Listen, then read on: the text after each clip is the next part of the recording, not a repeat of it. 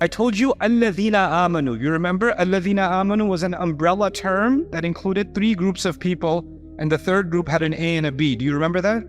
Right?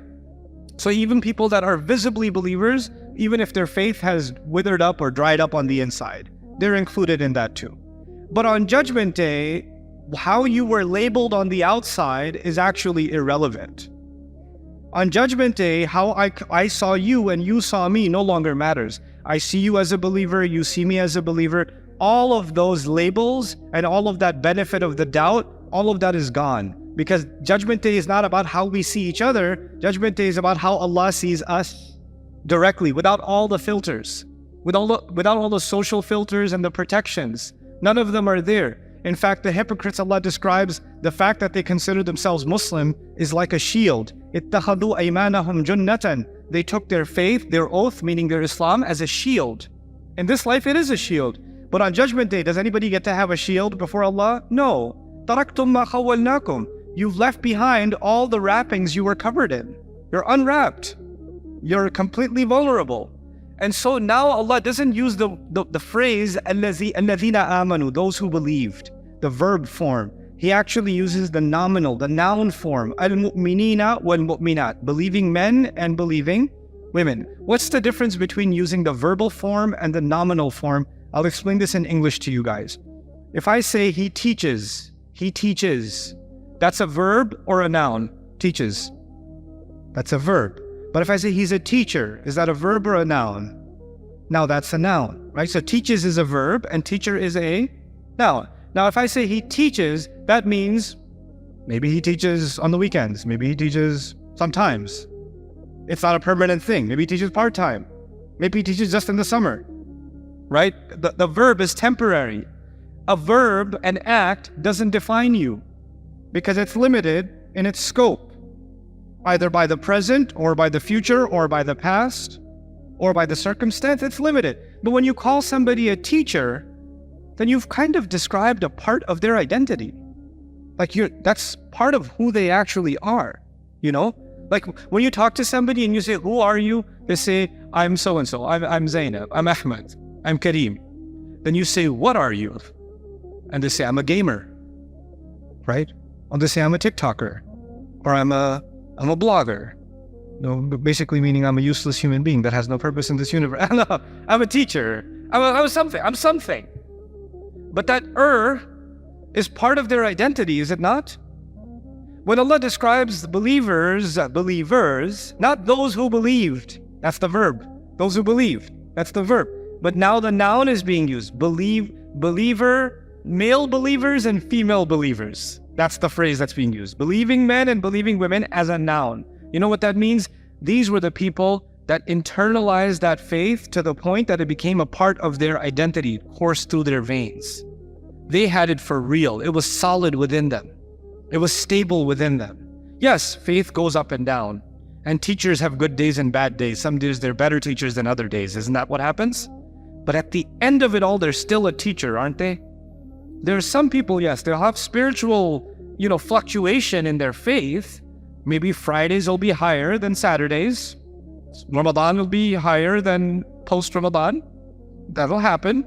But at the core of it, there's a minimum temperature heat that maintains. That faith is there. And that's what characterizes them as al-mu'mineen. It doesn't mean they have the same level of faith all the time, but it does mean they maintain at least a minimum spiritual energy within them. And Allah said, and that energy, that constancy that they develop, that minimal constancy that they develop, that is now how they are being described on Judgment Day. So what used to be inside has now come outside. It used to be batin. Iman used to be batin. But on Judgment Day, Iman will become zahir. And in the beginning, in al-awwal, it used to be batin. And in al-akhir, it will become zahir. Why am I using these words? Because Allah said about Himself what? Huwa al-awwalu wal-akhiru wal-zahiru wal-batinu.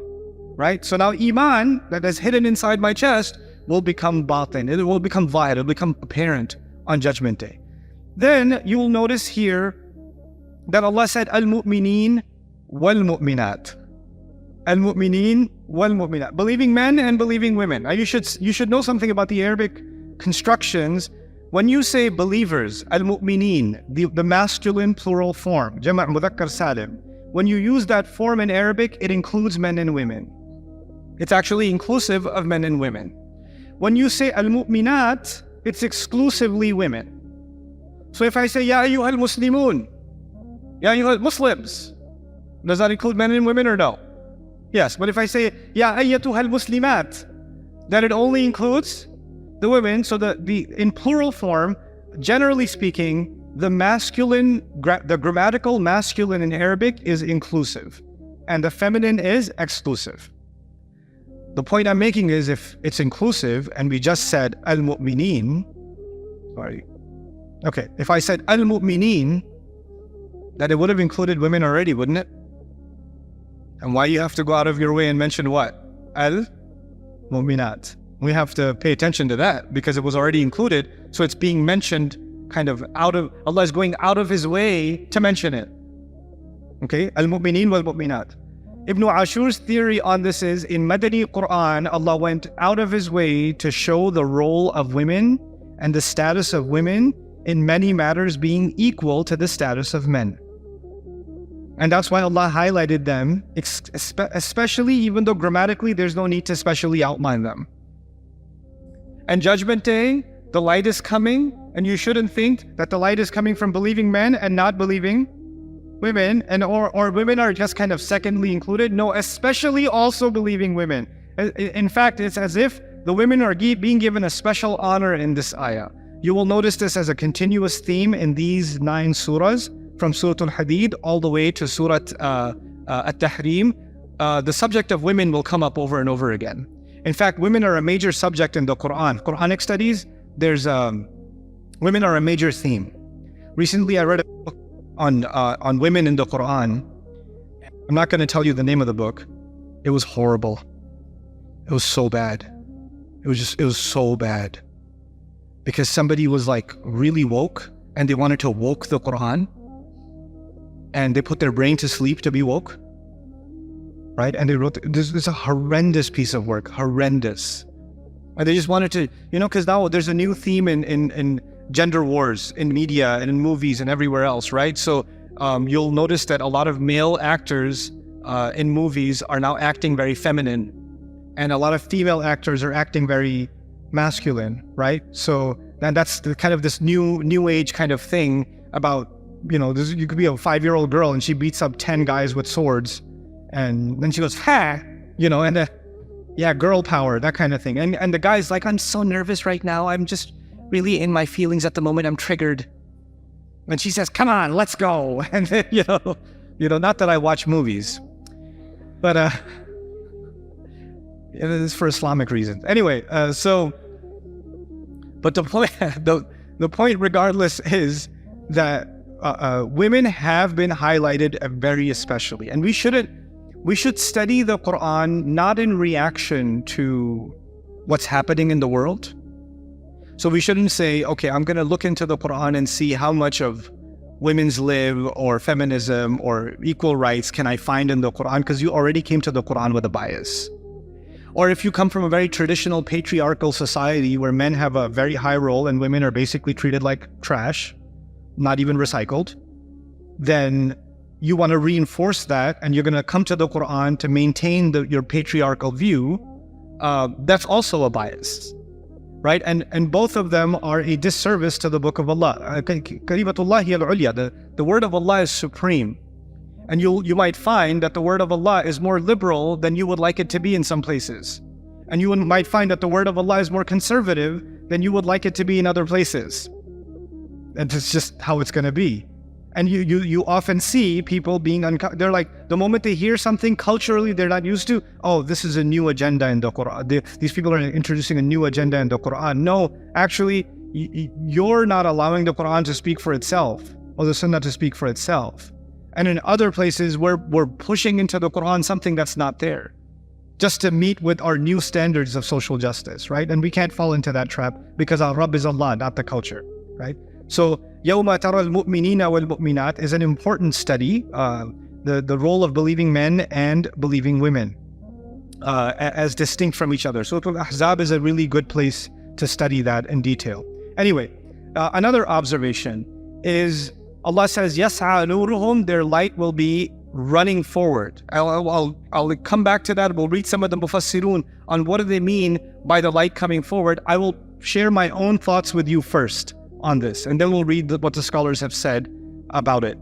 There are two lights being mentioned. There's a light from in front of you, and there's light on your right hand. I would argue the most compelling interpretation of this to me seems to be Allah has already mentioned believe and spend. Has it? He said believe and spend. And what is spent is what you legitimately earn, right? If you stole and spent, it's not really sadaqah. And when you earn legitimately, that is earning by your right hand. And the right hand is also a manifestation of good deeds. And the right hand is also a literary construct in Arabic for fulfilling your oaths. Like, قَدْ أَخَذَ مِيثَاقَكُمْ, because when you take an oath, أَخَذَ الْيَمِينَ, they took the oath with their right hand. Right? Nowadays we say we shook hands on it. It's not the left hand you shook, it's the right hand that you shook, right? Oaths are also taken in court, not with the left hand, but with the right hand. And that's something in ancient cultures, it's in Arabian culture too. It's a part of the phenomenon. Allah also mentioned previously, Wallahu bima ta'maluna basir. Allah knows what you do. And Allah also said, Allah knows what's in the chest. So what I'm getting at is, Allah talked about faith and then actions, and then faith and then actions, and then faith and then actions, multiple times. What's in the chest is faith. What you do is your actions. Believe is faith. Spend is an action. So faith and action, faith and action. And Judgment Day comes and there's a light coming from in front of you, meaning from your chest, which must be the light of your what? Your faith. And there's a light coming from your right hand, or right in front of you, right by your right side, which must be the light of your what? Actions. Also, the deeds that you do, the good deeds that you do, are written into your book, which on Judgment Day will be handed to you. If you did well, your book will be handed to you where? In your right hand. So the right hand has the book that has all the good deeds you did, and those good deeds turn into light on Judgment Day. Those good deeds are becoming light. The more good deeds you did, the more light's coming out of your right hand. And the more good deeds you did, it's probably because you had really strong faith. So the light in front of your chest is emanating even more. You understand? So both of those are corresponding to each other. The light of our faith, the light of Iman, and the light of the right hand. And now go back to what Allah said in the previous passage, right in the center, in the heart of the section 2. He said, هُوَ الَّذِي يُنَزِّلُ عَلَىٰ عَبْدِهِ آيَاتٍ بَيِّنَاتٍ لِيُخْرِجَكُم مِّنَ الظُّلُمَاتِ إِلَى النُّورِ. In this life, Allah, the purpose of revelation is to pull us out of darknesses into light. And we talked about darknesses and light last time. But now we add a new dimension to that. Judgment Day will be darknesses. Darkness on top of darkness on Judgment Day. And then Allah, those who follow this revelation, Allah has given them the light. And the light is actually twofold.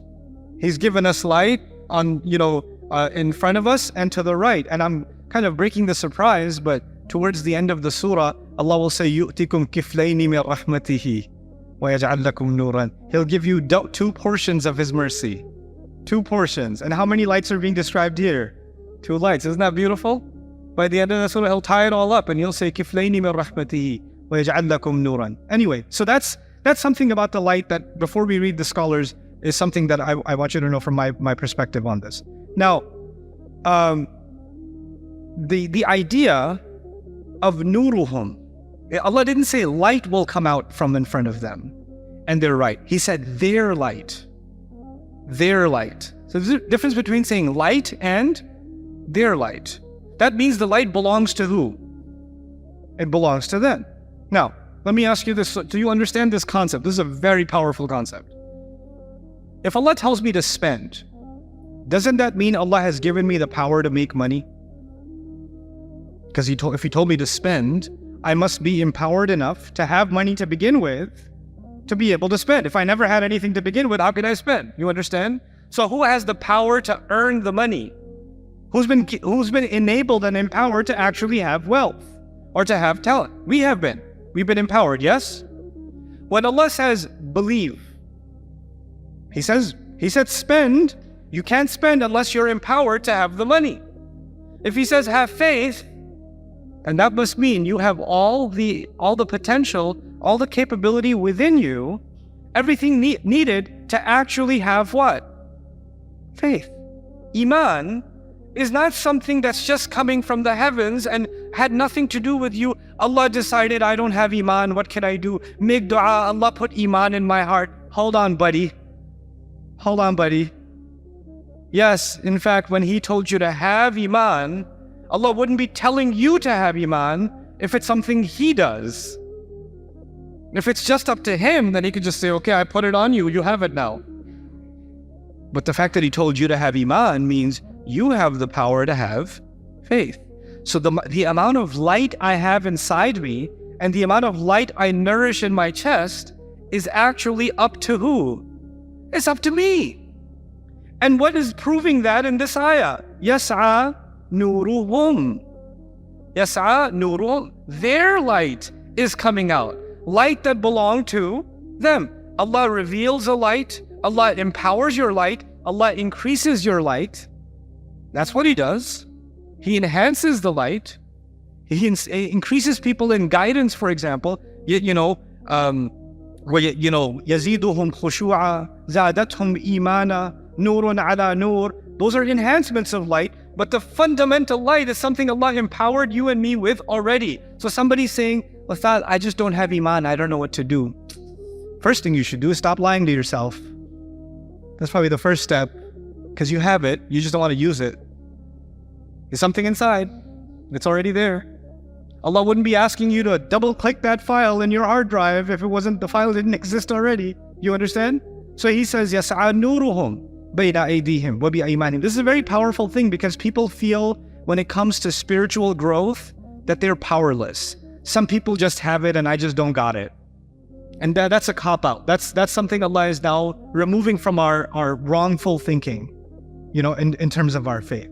So يَسْعَى نُورُهُمْ بَيْنَ أَيْدِيهِمْ وَبِأَيْمَانِهِمْ. And finally here I've written a note, النور الحقيقي والمعنوي, which means on Judgment Day, actually the light will physically feel like a light. An actual light in the dark, and you're walking towards Jannah because there's a light in front of you, and the light isn't all the way, it's not like the whole highway is lit. Imagine you have a flashlight or a torch, and if you have it, the light only goes so far, right? And depending on the strength of your light, some people can see 5 feet ahead, some people can see 500 feet ahead, some people can see a mile ahead, depending on the strength of their light, right? And if back in the day, people used to have a torch, right? They lit the fire and they have a torch. What's the danger of having a torch? Over time, what might happen?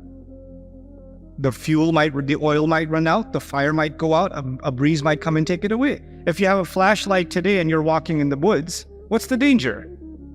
The battery could die, right? So it's not like it's guaranteed that the light's going to stay, it could flicker out. So in Surah Al-Tahrim, we're going to find that this light that they're walking in, they're worried that it's not going to last. So they ask Allah as they're walking, the believers ask Allah as they're walking, رَبَّنَا أَتْمِمْ لَنَا نُورَنَا. Could you make our light complete for us? Because even though I had light, I had some faith, you had some faith, we had some good deeds, maybe the battery for our faith and our good deeds wasn't good enough to get us all the way to Jannah. I mean, it's good, but it's 1 mile good, it's half a mile good, but the walk is 10 miles. What are you going to do? Ya Allah, could you extend the battery life on this? So now what we're learning is Judgment Day salvation is about my efforts, my faith, my deeds, but in the end, that alone isn't enough. Who's going to complete the light? That's Allah. But you have to have light of your deeds and light of your faith to begin with for Allah to complete it. You have to have yours to begin with for it to be added to. You can't have nothing and say, Ya Allah, a little light please. I got nothing over here. No, atmim lana nurana means the light's already there. Ya Allah, complete it for us, right? So that's an-nur al-haqiqi. An-nur al-ma'nawi means actually this light in this life didn't look like physical light. It's not like when you turn the light off at home and you go to bed, your chest is like illuminating the room and your right hand is illuminating your room. You're like, so annoying, I can't sleep. Too much iman. Like, it's a spiritual light right now. It's within you right now. right? And where does that come from? These two things feed each other. The basic point, instead of getting super philosophical, these two things feed each other. What I feel about Allah and how my heart is attached to Allah depends on what I do. Prayer will help. Charity will help. Good company will help. Listening to a reminder will help. All of those things are me using my right hand. Fulfilling my promise will help. Doing the ethical thing will help. You know, the way I describe good deeds and spirituality is very similar to what Allah has done in nature with the body. The soul is similar to the body in some ways. The body is made up of multiple muscles. Yes? Your shoulders, your arms, your back, all through. You're made up of multiple muscles. The more when you exercise a muscle, it's sometimes it has to be uncomfortable for you to be able to get stronger. If you're a runner and you run for the first time, you're going to be, panting in 30 seconds. But the next day you'll last 35 seconds, and the next day 45 seconds, and the next day 2 minutes. The more you run, the stronger you're getting. Is that true or no? But in order to get stronger, you have to hit the point of discomfort and break it. You have to reach your breaking point every time. And that's the only way your stamina is going to build, isn't it? And the more you're exercising it, the stronger you're getting all around. Now, imagine someone who lied down in a bed and decided not to get up for a year. They're just going to lie in bed for 1 year. Food will be brought to them. Clothes will be brought to them. I don't know what the bathroom situation is, but some kind of technology was developed for them. They are not getting out of bed. For example, sometimes there are people in a coma, aren't they? And they're in a coma for 6 months, 8 months. What happens to them when the coma is over? Are they able to stand up? Because if you don't use it, you're gonna lose it. You're gonna lose it. The more you use it, the more you get an enhanced ability to use it. Your ability to use it gets better and better. And the less you use it, your ability goes lesser and lesser. Good deeds are a cycle. The more you do them, the stronger you get. Meaning the more you do them, the stronger your iman gets. The iman is your fuel. The stronger your iman gets, you're able to do more good deeds. And the more good deeds you do, then end up strengthening, because cardio, you're using your legs, you're using your body, but it's actually strengthening your heart and your lung capacity. It's strengthening you from within somewhere else. It's not just strengthening your legs. And it's because you can retain more oxygen in your blood and you're oxygenating better, you can function better. Your battery life has increased. The same way good deeds are making you spiritually stronger. And then you're doing more of them and it's making you stronger. And this cycle, this is the virtuous cycle.